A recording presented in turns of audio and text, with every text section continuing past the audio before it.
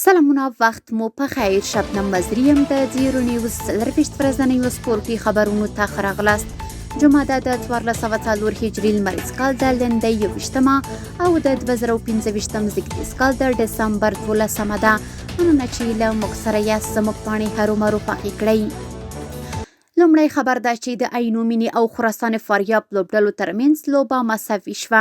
د افغانستان فوټبال اتلانو لیگ د اومې اونۍ په دوام نن د عینو مینې کندهار او خراسان فاریاب لوبډلې سره د سیالۍ ډګر ته ښکته شوې چې په پای کې د دواړو لوبډلو ترمنځ لوبه یو مساوي پای ته ورسېده.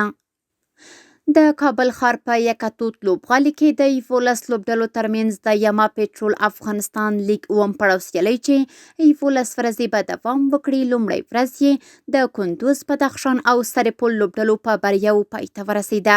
د یادو سیالیو په پیلیزه لوبه کې کندوز لوبډلې خپلې سیالۍ بلخ لوبډلې ته د 4-1 دویمه لوبه کې بدخشان لوبډلې سیالۍ بامیان لوبډلې ته د 19-4 او دریمه لوبه کې بیا سرپل لوبډلې سیالۍ سمنګان لوبډلې ته د 10-3 امتیازونو په توپیر سره ماتې ورکړې او په دغه لیګ کې لومړنۍ بریاوې خپلې کړې.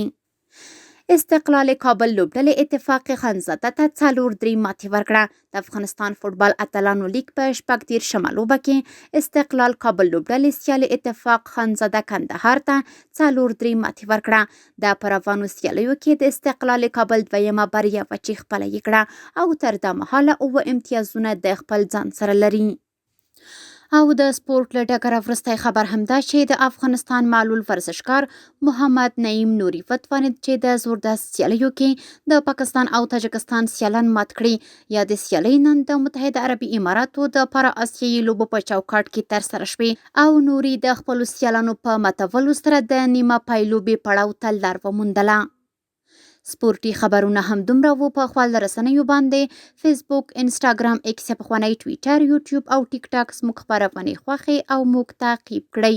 ادرس یې 0 news 24 تر سبانۍ خبرونه د الله پامان.